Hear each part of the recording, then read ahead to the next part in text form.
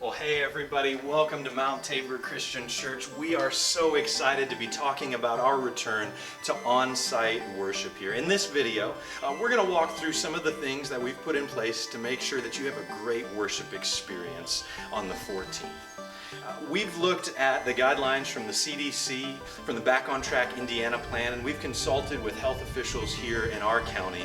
And this video is going to walk you through some of the things that we've put in place. So first of all, we're going to have 3 services at 8 a.m., 9:30, and then 11 a.m. And we want you to know that if you're not ready to come back to on-site worship, that's okay. We're still going to stream our 11 a.m. service, the whole thing, on Facebook Live. And then we're going to rebroadcast that at 6 p.m. So if you're not ready to come back, take your time, and we can't wait to see you when you do return to on-site worship at Tabor. I want to talk about a few things before we head inside. First of all, we're going to ask you to go through these east doors when you arrive. Those are the only ones that are going to be open to enter through, so go through those east doors.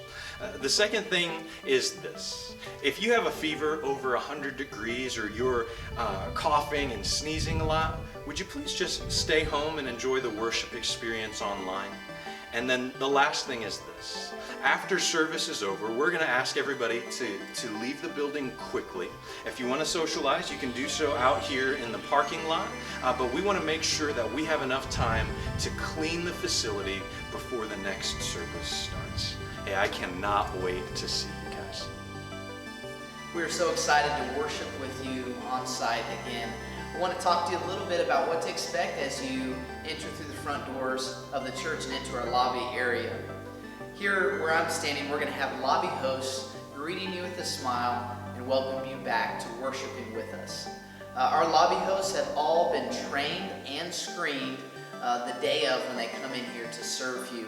So we just want you to know that because we take safety in its highest priority.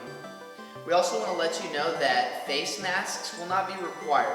That is completely up to you and your family, whether you wear a face mask or not in worship.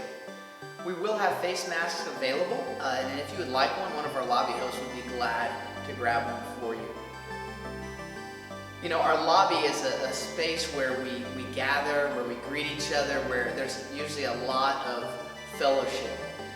But with this return back to service and social distancing in place, we have to continue to be careful with how close we are to one another. So we just want to ask that you please respect one another's distance between families, and that you continue to maintain social distancing between other families at 6 feet. Now I'd love to talk to you a little bit about what to expect as far as communion when you come through the front doors. All of our communion is going to be laid out here in our Welcome Center. So as you can tell, our Welcome Center looks a little different than it usually does, but the purpose of this Welcome Center for returning to services is going to be for you to grab communion and to take it with you into the sanctuary. We will take communion together as a body at the end of service, and then there will be a place for you to dispense of your communion cup after service is over.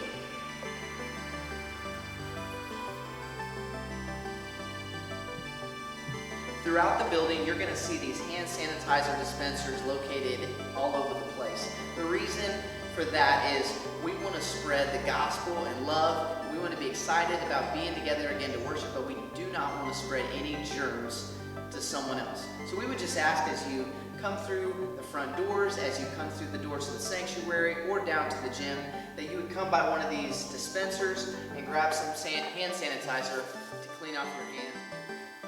Well, as you come into the sanctuary, you're going to see that every other pew is taped off. And that's so that we can observe social distancing. And we're going to ask that you sit by family unit and then observe a 6-foot distance between you and the next family. In the event that the sanctuary fills up, we are going to have overflow seating available in the Family Life Center, and Luke's going to talk about that here in a little bit. Things are going to be just a little bit different, and one of those things is going to be communion and offering. We're not going to pass the offering trays and the communion trays like we normally would. What we're going to do, when you come in, you're going to grab your prepackaged communion, and you'll hang on to that until the end of the service. And communion will be the last thing that we participate in together. And as you walk out, there's going to be a trash can here for you to dispose of your trash. And then if you have some tithes and offerings that you'd like to give, you can put those right there and then grab a squirt of sanitizer as you leave. Here in the gym, we have our overflow seating. So if the sanctuary fills up or your family would like more space to worship, you can come down here to the gym where we will have additional seating and tables set up with our services being live streamed.